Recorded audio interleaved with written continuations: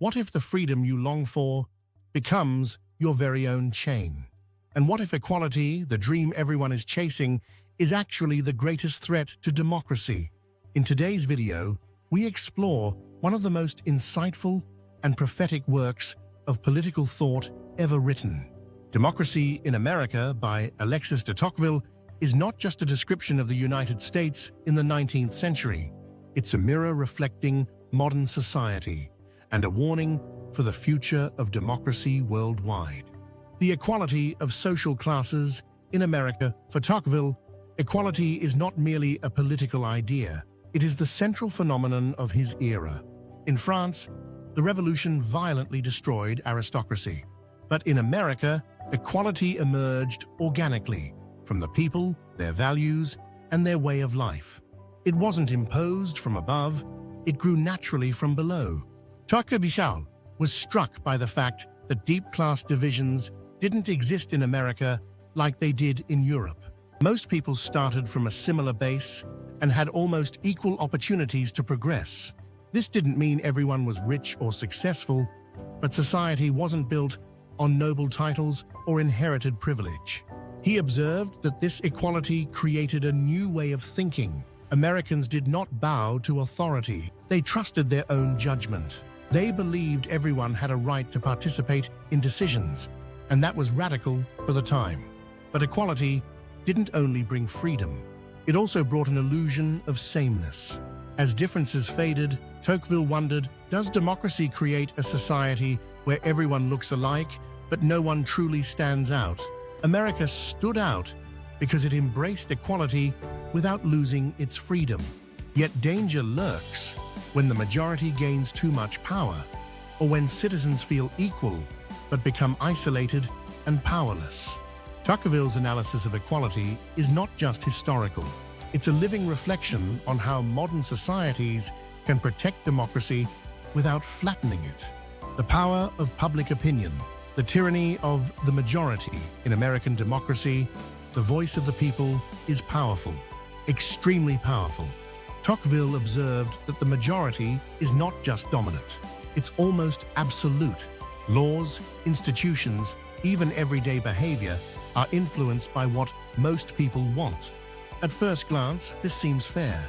Democracy is built on the will of the majority.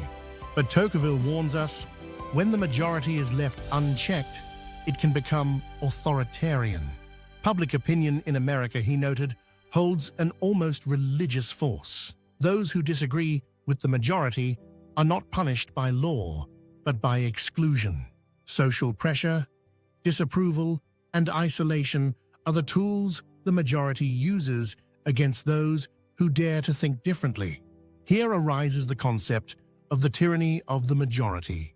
There's no need for a dictator or a king to suppress freedom. It only takes a majority that imposes its views so strongly that no one dares to oppose them. Tocqueville believed this pressure is more dangerous than traditional tyranny because it works silently. You won't see prisons or soldiers, but a society where free thought is afraid to speak. Democracy is not only threatened by its enemies, it can also be endangered by the zeal of its own citizens when tolerance for differing opinions fades away.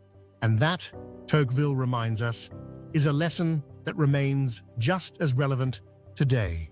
The role of religious beliefs in democracy. In 19th century Europe, religion and politics often clashed. Churches sought power, and revolutionaries aimed to weaken them. But in America, Tocqueville observed something entirely different. Religion did not oppose democracy, it reinforced it. Religion in the United States acted as a moral foundation for society. It held no official role in government, nor did it impose laws or political agendas. And yet, it guided the conscience of citizens, shaping how they understood right and wrong. Tocqueville was impressed by this balance. America was deeply religious and yet deeply free. Churches did not interfere in political debates, and that made them more respected. In his view, religion protected democracy from moral relativism, from the tendency of democratic societies to lose all fixed values when every opinion is considered equally valid. Religious beliefs offered a shared ethical framework, a sense of integrity that strengthened social unity. Neither theocracy nor secular apathy. America found a middle path where faith supported freedom without controlling it. Tocqueville believed this was one of the greatest secrets behind the success of American democracy, and at the same time, a profound challenge for any society trying to combine liberty with lasting values. Local self-government and active civic participation. For Tocqueville, the heart of democracy doesn't beat in parliaments or presidential offices, but in the towns and municipalities. Local self-government, in his view, was the foundation upon which American freedom was built. In American towns, citizens didn't wait for the state to solve their problems. Instead, they organized their communities themselves. They participated in councils, made decisions for their cities, and learned through action what political responsibility truly meant. This had a deeper effect. The citizen didn't feel like a mere subject, but like a co-creator of society. Democracy wasn't just an abstract idea. It was a daily experience. Tocqueville emphasized that this participation had an educational role as well. People were trained through participation itself. They developed a sense of responsibility and didn't leave decisions to a privileged few. Local government functioned as a school of democracy. Every citizen learned to manage freedoms, respect laws, and collaborate with others for the common good. Tocqueville believed that political liberty begins from the bottom up. The more people are involved in the affairs of their community, the more mature democracy becomes. Without participation, democracy becomes fragile. But when citizens act, debate, and decide, then democracy comes alive. Morality and civic virtue.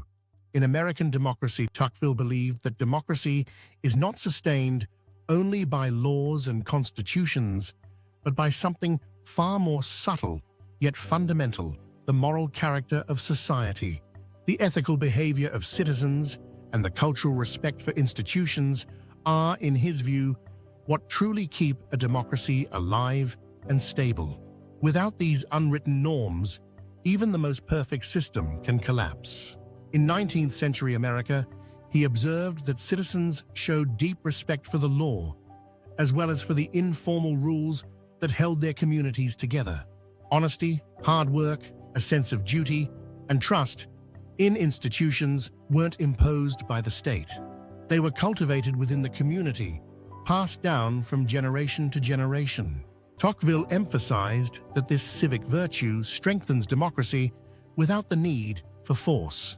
When people practice self-restraint, when they respect one another, and when they care for the common good, freedom becomes sustainable.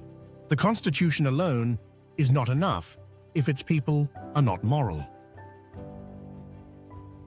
As he famously wrote, nations that lack the habits of liberty cannot keep liberty alive.